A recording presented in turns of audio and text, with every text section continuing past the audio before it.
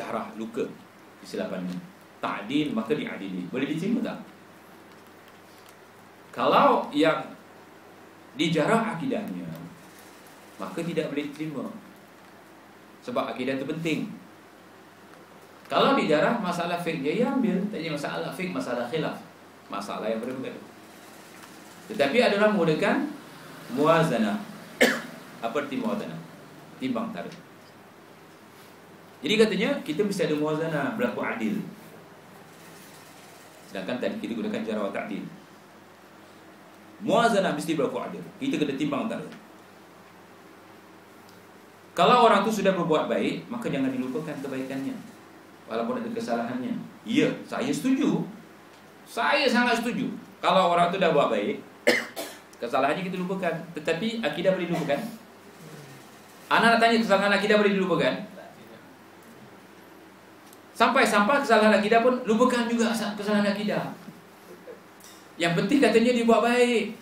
Kalau salahnya salah akidah, akidah ini penting, boleh menyesatkan manusia, dan manusia yang sesat di segi akidah, bukan masalah fikih. Bid'ah itu adalah dua, satu masalah akidah, satu masalah fikih. Kalau masalah fikih, macam mana pun dosanya sebesar berbola bumi, Allah kalau nak ampunkan, dia ampunkan. Tetapi kalau masalah akidah, Allah tak akan ampunkan, kecuali dia bertobat sebelum mati. Saya nak tanya, apa pandangan ikhwanul muslimin tentang wahdatul wujud? Mungkin Nawawi boleh jawab. Mereka semua setuju dengan wahdatul wujud. Apa pandangan ikhwan muslimin tentang Al-Quran kalamullah?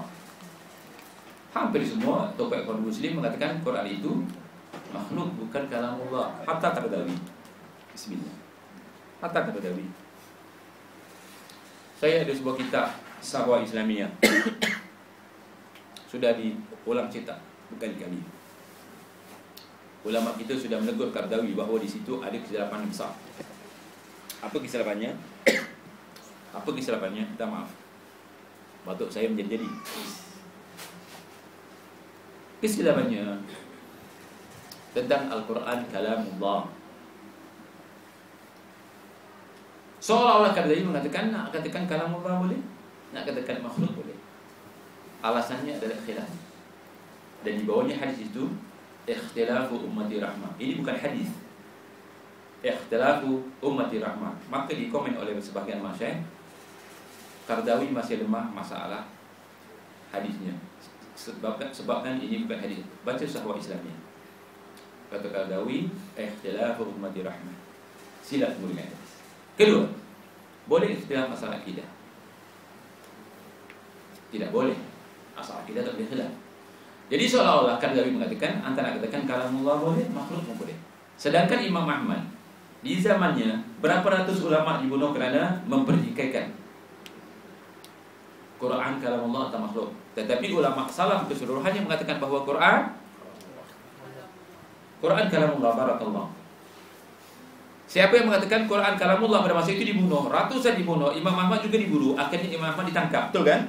Apabila Imam Ahmad ditangkap, dipaksa oleh pemerintah supaya berfatwa bahawa Quran itu makhluk, tapi Imam Ahmad tetap mengatakan kalamullah, maka dipenjara. Maka diseksa dalam penjara. Ceritanya panjang. Maka pengikut-pengikut Imam Ahmad ataupun masyarakat Islam pada masa itu meminta, mendesak ribuan keluar, mendesak kerajaan ataupun pemerintah mengeluarkan Imam Ahmad. Dan Imam Ahmad apabila wafat dimandikan, banyak kesan-kesan duka kerana diseksa semasa di penjara. Ulama pada masa itu sanggup mati untuk mempertahankan satu kalimah, Al-Quran kalamullah. Ini bermakna masalah akidah, sanggup mati. Makanya kita sampai sekarang kita katakan bahawa Quran kalamullah. Hatta Hasan Al-Banna tidak meyakini bahawa Quran itu kalamullah terbaca. Dan tokoh-tokoh yang lain seolah-olah ini masalah kecil, tidak, ini masalah besar. Hingga kematian para ulama di zaman Imam Ahmad bukan seorang, ramai. Itu saja. Kedua, hampir semua mereka mengatakan bahawa dikatakan Ar-Rahmanu 'alal 'arsy istawa, Allah itu bersemayam di atas arahnya, termasuk Syekh Tutu. Dia mengatakan kita jangan bincang masalah ini. Kalau dibincangkan pun boleh dikatakan Allah di mana-mana. Sebab Allah tidak memerlukan tempat, kata mereka. Okey, supaya tidak jadi fitnah, apa salahnya kita ambil sedikit sahaja. Waalaikumsalam. Ramai yang ada buku ni. Siapa yang ada buku ni, insya-Allah jumpa sahabat kita. Depan saya ni Nawi, mungkin bila minta dengan Nawi. Adapun minta dengan siapa? Dengan Jamal. Urusan dengan Jamal. Kenal Jamal yang mengedarkan buku? Dapatkan buku ni, insya-Allah.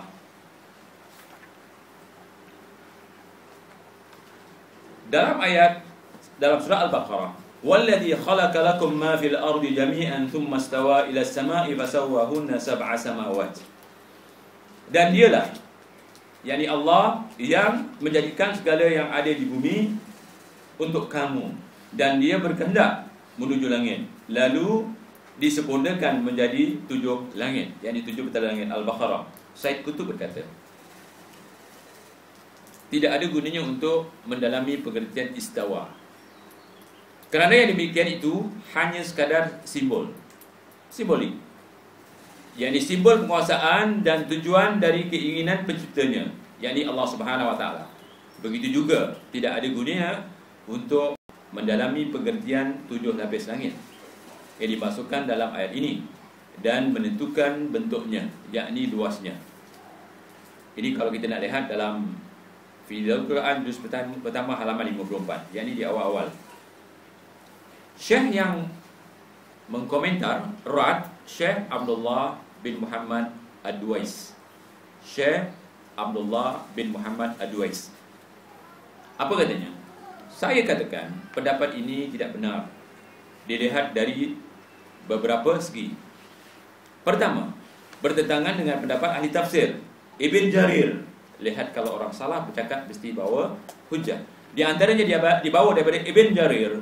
Dalam tafsirnya berkata, pengertian yang paling benar tentang firman Allah, dia berkehendak menuju langit lalu menyempurnakannya, iaitu tinggi berada di atasnya, lalu mengaturkan dengan kekuasaannya dan menciptakan menjadi 7 lapis.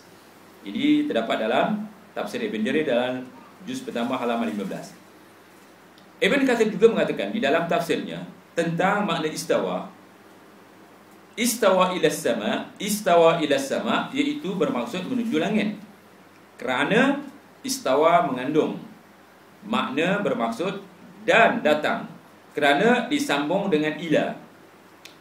Begitu juga Imam Al-Baghawi juga berkata tentang firman Allah, dia berkehendak menuju langit.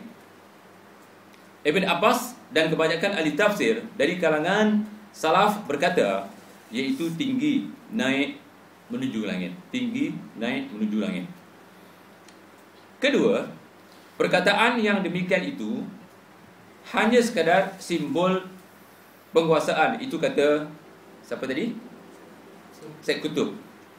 Dari perkataan ini boleh dipahami bahawa langit itu pertama sekali bukan milik Allah, kalau ikut pemahaman Said Qutb tadi.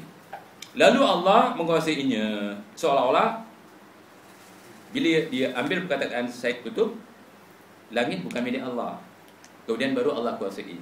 Sebelumnya dia tak kuasai. Perkataan seperti ini tidak pernah terbesit dari seorang yang berakal. Dengan demikian perkataan itu tidaklah benar, yakni salah perkataan ini yang dikatakan oleh Said Qutb tadi. Ketiga, ucapan begitu juga tidak ada. Maaf, saya bercakap usah sikit gula-gula. Ya. Begitu juga tidak ada gunanya untuk mendalami pengertian 7 lapis langit, itu kata Said Qutb. Artinya jangan bincang katanya. Pernyataan secara mutlak ini tidak benar, kerana para sahabat tabi'in dan tabi'ut tabi'in serta para ulama telah berbicara tentang pengertian langit, sedangkan mereka lebih banyak mengetahui dan lebih takut kepada Allah dari orang yang hanya mereka-reka atau meneka-neka seperti Said Qutb. Kemudian Ibn Jarir, Musa bin Harun telah menceritakan kepadaku, lalu ia menyebutkan seandainya sanadnya dari Ibn Abbas dan Ibn Mas'ud serta beberapa orang sahabat Nabi sallallahu alaihi wasallam tentang firman-Nya, "Wallazi khalaqa lakum ma fil ardi jami'an thumma istawa ila as-sama' fasawwahunna sab'a samawat." Apa dia? Yang maknanya dialah, yakni Allah yang menjadikan segala yang ada di bumi untuk kamu, dan Dia berkehendak menuju langit, lalu disempurnakannya menjadi 7 langit. Dia, yakni Musa bin Harun berkata, sesungguhnya arasy Allah tabaraka wa ta'ala berada di atas air, dan Dia belum menciptakan sesuatu pun sebelum apa yang telah diciptakan sebelum air. Maka tatkala Allah ingin menciptakan makhluk, Dia mengeluarkan asap kabut dari air tersebut, lalu kabut itu tinggi dan berada di atas air. Maka Allah menanamkan langit, yakni sesuatu yang tinggi. Lalu Allah menamakan langit sesuatu yang tinggi, arti langit sesuatu yang tinggi, kemudian air tersebut kering. Lalu Allah menjadikannya satu lapis bumi, kemudian dibelahnya menjadi 7. Dia juga menyebutkan sanadnya dari Mujahid tentang firman Allah, Dialah Allah yang menjadikan segala yang ada di bumi untuk kamu, dan Dialah berkehendak menuju langit. Ia berkata, bumi diciptakan terlebih dahulu dari langit. Tatkala bumi diciptakan, keluar darinya kabut, iaitu ketika Allah berfirman, dan Dia berkehendak menuju langit. Lalu disempurnakannya menjadi 7 lapis langit, dan seterusnya. Jadi seolah-olah apa dikatakan oleh Syekh Qutb, jangan cerita masalah ni. Jadi masalah langit, masalah Allah menuju langit tidak boleh diceritakan. Tetapi nampaknya ada cerita di dalam tafsir. Kalau diteruskan banyak lagi tafsirnya. Satu lagi, jangan jemu ya. Mungkin kaedah bahasanya saya tak boleh olah. Saya baca apa yang ada. Kalau baca kadang-kadang buku Indonesia hampir-hampir ada yang tak faham. Betul kan? Kalau tak faham lebih baik tanya nanti.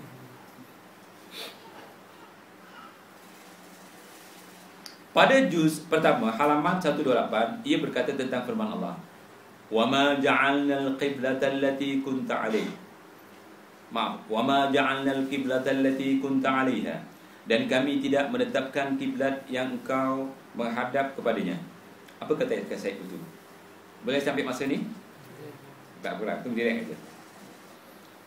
Maka hendaknya seseorang menghadap kiblat di saat itu bertawajuh kepada Allah dengan segenap jiwanya, dengan batinnya, indrahnya, serta anggota tubuhnya, sehingga semua kekuatan manusia menjadi sempurna untuk bersatu dan berkumpul dalam menghadapkan diri kepada Allah yang tidak mempunyai tempat. Allah tidak mempunyai tempat, yakni Allah ada di mana-mana. Nanti kita baca dan seterusnya dalam kaedah wahdatul wujud. Kalau mengatakan Allah ada di mana-mana, ini akidah. Boleh kita kompromi masalah akidah? Boleh? Tidak boleh. Ini saya bukan buat fitnah ya. Sebab saya paling teruk kena apabila saya mendedahkan, saya sayang kepada anda sekalian. Okey, apa yang ada dalam tulisan saya itu, antara ambil. Tapi bagaimana akidahnya? Kalau saya tak katakan bahawa akidahnya sesat, melalui apa yang ditulis oleh masyayikh, bukan saya mencipta-cipta, dikumpul tulisan masyayikh yang begitu banyak, kitab-kitab mereka, semua yang dikatakan ulama salaf mengatakan, ikhwanul muslimin, sampai sekarang kami tidak belum temui kitab yang tuntas masalah akidah. Sedangkan masalah akidah adalah masalah yang berat, rumit, masalah yang menjadikan manusia kekal di neraka atau di syurga. Ini bahaya. Maka oleh